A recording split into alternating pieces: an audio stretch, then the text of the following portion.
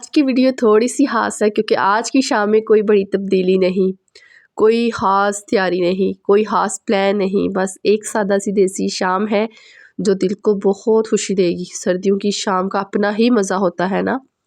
हाँ, ठंडी हवा, घर का सुकून और छोटी-छोटी चीज़ें ये जो दिल को बहुत सुकून दे जाती हैं। हाँ, मुझे कभी-कभी ना लगता है मुझे सर्दियाँ नहीं पसंद, कभी-कभी बोरियत हो जाती है और दिल भी उदास हो जाता है।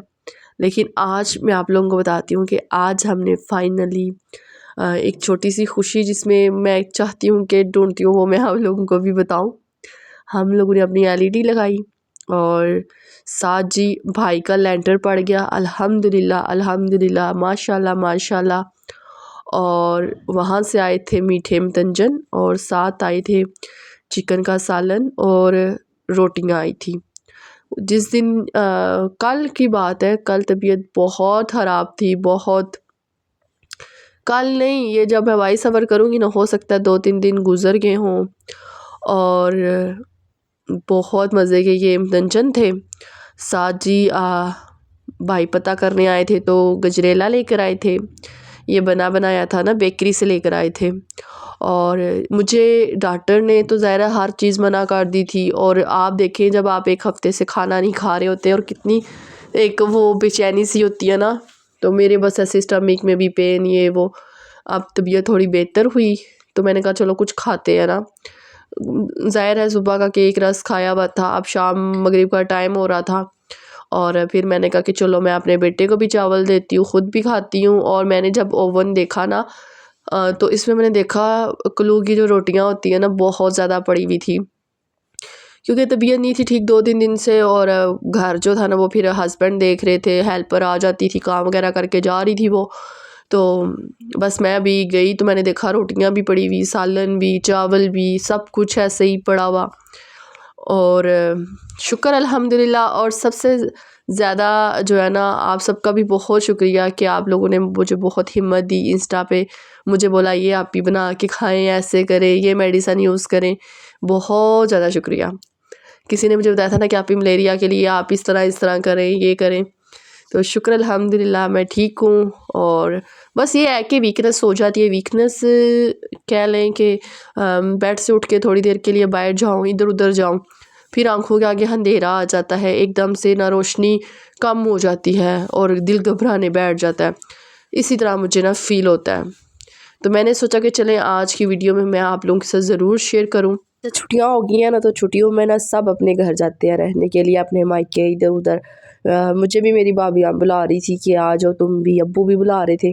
लेकिन यही है ना कि यार अपना घर छोड़ के कहीं नहीं जाने होता। मैं कहती हूँ कि फिर सब तंग पड़ते हैं। फिर कहते हैं एक तो मैं रात को खांसी बहुत ज़्यादा करती हूँ, मैं खुद नहीं सोती ना मैं इन दोनों को सोने देती हूँ। तो उधर जाके तो फिर मैं ज़्यादा तंग करूँगी अब्बू को। सो जब तबीयत ठीक होगी ना तो चलो मैं जाके छुट्टियों से तकरीबन जब 2 छुट्टियाँ रह जाएगी तो जाके रह आऊँगी ना। अच्छा साथ जी फ़हर बस वो भी ज़ाहिर है 1 हफ़्ते से घर अकेला है, बोर हो गया है बहुत ज़्यादा। ना मैं बाहर निकली तो ना मैं इसको जाने दिया। मैंने कहा इसको बुखार है तो किसी और को साथ वायरस ना लग जाए ना। तो इसलिए फिर मैंने ना इसको भी नहीं कहीं जाने दिया। वैसे ये इसके मामू के माशाल्लाह बच्चे हैं कोई 7-8। और जब जाऊँगी तो वो भी इतना कस्में करते हैं ना, मैं जब जाती हूँ फूफो आ गई हैं, ऐसे ही प्रोटोकॉल देते हैं। और यहाँ पे बस फ़हर को भी दिए मैंने चावल थोड़े से चावल ख़ुद ले लिए मैंने कहा चलो अब बैठ के ना आराम से कंबल में बैठ के खाते हैं, भूख लगी हुई थी। अच्छा जी आज तकरीबन जब कि हम लोग शिफ्ट हुए हैं ना तो हमारे घर में केबल कोई नहीं थी लगी हुई। ऊपर वालों की केबल थी, वो जो एलईडी है ना वो नेट से चलती है। और नेट से जब एलईडी चल रही होती है ज़ाहिर है केबल की ज़रूरत इतनी ख़ास नहीं होती ना। तो फ़हर मुझे कहता है मम्मा लगा दे, टीवी दे दे, मोबाइल दे दे, टैब ला के दे दे। तो सो फिर मेरी यही होती है कि ना तो मैंने फ़हर को मोबाइल देना ना टैब देना है। बस इसको उस टाइम पे स्कूल का काम और ट्यूशन टाइम ही नहीं था मिलता। तो अब मैंने सोचा कि चलो यार ऐसा करते हैं। मेरे हस्बैंड भी कह रहे थे, कहते हैं कि वो फिर घर में रह के बोर हो जाता है, फिर जब मैं आता हूँ तो मोबाइल मांगता है, तो आप इसको ना टीवी जो है ना लगवा देते हैं। तो फिर मैं इसको ना आज केबल लगवा दिया। तो बस ये अभी बैठ के थोड़ी तबीयत बेहतर हुई। और मेरी भी ये अब ना उससे अगले दिन का है। और आज मेरी तबीयत थोड़ी बेहतर हुई थी तो मैं उठी और मैं आज ना ऊपर आपी ने बनाई हुई थी सूप बनाया हुआ था चिकन का, तो वो दे भेजा ने।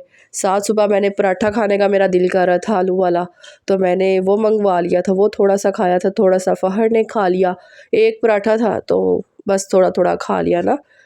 तो बाकी ये जी बर्तन बहुत ज़्यादा हुए हुए हैं, बर्तन काफ़ी सारे पड़े हुए थे क्योंकि आज हमारी हेल्पर कोई नहीं थी आई। तो पानी बहुत ठंडा था, बहुत ज़्यादा।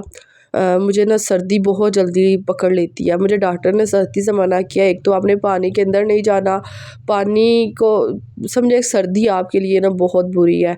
जैसे मुझे ड्रिप्स वगैरह लग रही हैं, इंजेक्शन लग रहे हैं, वो कह रहे हैं इनके अंदर सर्दी गई हुई है। और ज़ाहिर है मुझे ये लगता है कि जब हम ऊपर वाले पोर्शन में थे ना, तो इतनी मुझे वो सर्दी फील नहीं थी होती।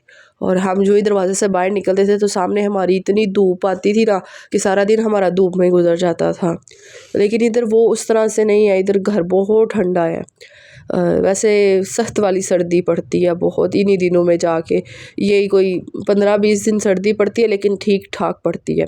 अच्छा, भाई को पता चला था कि पाकीज़ा की तबीयत, मेरे जो सबसे छोटे हैं ना जिनकी अभी शादी नहीं हुई, मैं सबसे छोटे इसलिए कहती हूँ क्योंकि 2 भाई हुए हैं, वो बड़े हैं, उनकी शादी हुई है, ये भी मुझसे बड़े हैं। तो बस मेरी जल्दी शादी हो गई थी, तो ना उनको पता चला ना कि बीमार है बहुत ज़्यादा, तो फिर उन्होंने ना जो देसी मुर्गा होता है ना, घर का पला हुआ मुर्गा, तो वो उन्होंने ला के ज़िबा करवा के, तो फिर उन्होंने ना इतना ज़्यादा काफ़ी सारा मुझे चिकन घर आके दे गए थे। फ़हर ने दरवाज़ा खोला तो मामू आए हुए थे।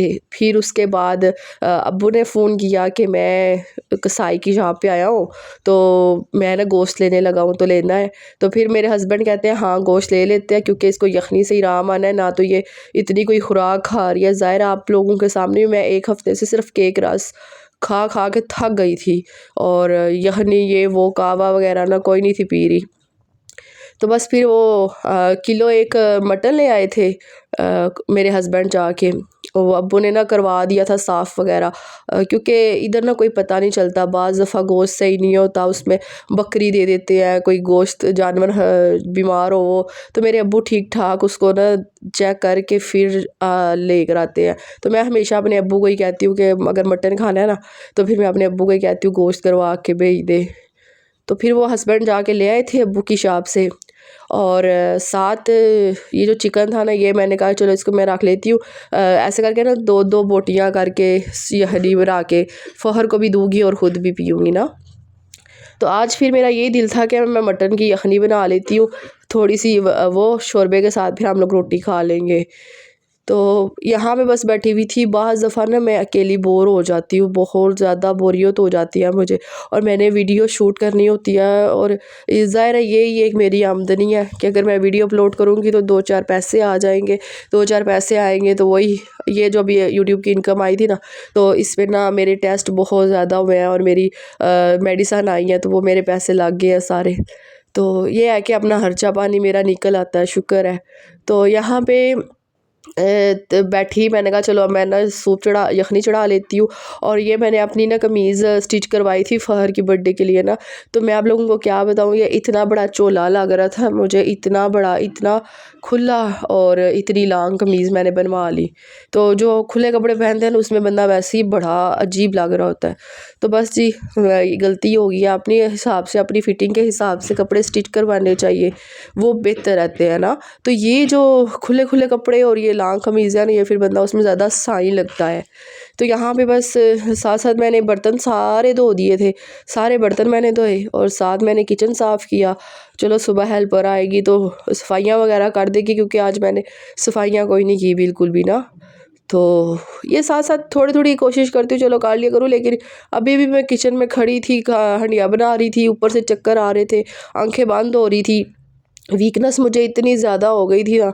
तो मैंने कहा चलो मैं थोड़ी सी यखनी निकालती हूँ, मैंने सिर्फ 8 मिनट के लिए इसको रखा है, सालन वगैरह बना के। तो चलो रात का टाइम हो गया था वैसे भी 6:30-7, और अब ना अज़ानें भी जल्दी हो जाती है ईशा की, 6:30 बजे अज़ानें हो जाती है, तो 7 बजे तक हम लोग खाना वगैरह खा के सो जाते हैं। बस ये रूटीन बनी हुई है। अभी भी मुझे चक्कर आ रहे थे, मुझे समझ नहीं थी आ रही, पहले मैंने कहा मैं बैठ जाती हूँ, फिर मैंने कहा नहीं, मैं एक ही दफ़ा ना कहाँ वगैरह करके ना फिर बैठती हूँ।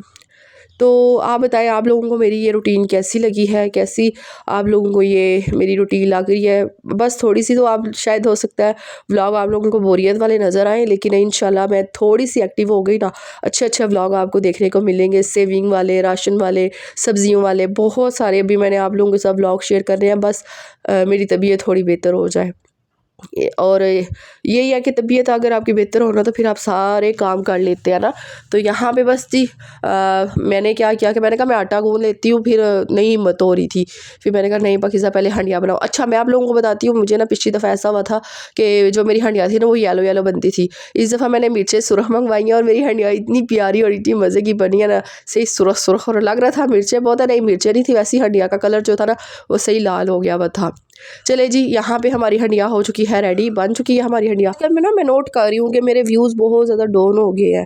वो शायद वीडियो ना अपलोड करने की वजह से ऐसा हो गया है, या मैं गलत टाइम पे वीडियोस अपलोड कर रही हूँ शायद इस वजह से। सुबह 11 बजे मैं समझती हूँ कि हर हाउसवाइफ जो होती है ना वो फ्री होती है, तो उस टाइम पे व्लॉग अपलोड करती हूँ मैं। अपने हिसाब से तो मैं ठीक जा रही हूँ, लेकिन क्या पता क्या हो गया है, क्या व्यूज़ इतने डाउन हो गए हैं। कमेंट्स भी सब सब्सक्राइबर मेरे वही है जो मुझे कमेंट करते हैं, लेकिन व्यूज़ उस तरह से नहीं आ रहे। अब मैं इसीलिए मुझे है कि अगले साल मुझे एक्टिव होना पड़ेगा, डेली वीडियोस अपलोड करनी पड़ेंगी, तब जाके कहीं मेरा जो चैनल है ना वो दोबारा से ग्रो करेगा। जी मुझे दुआओं में याद रखना है। इंशाल्लाह मिलेंगे अच्छी सी वीडियो के साथ। ओके जी, खुदा हाफिज़।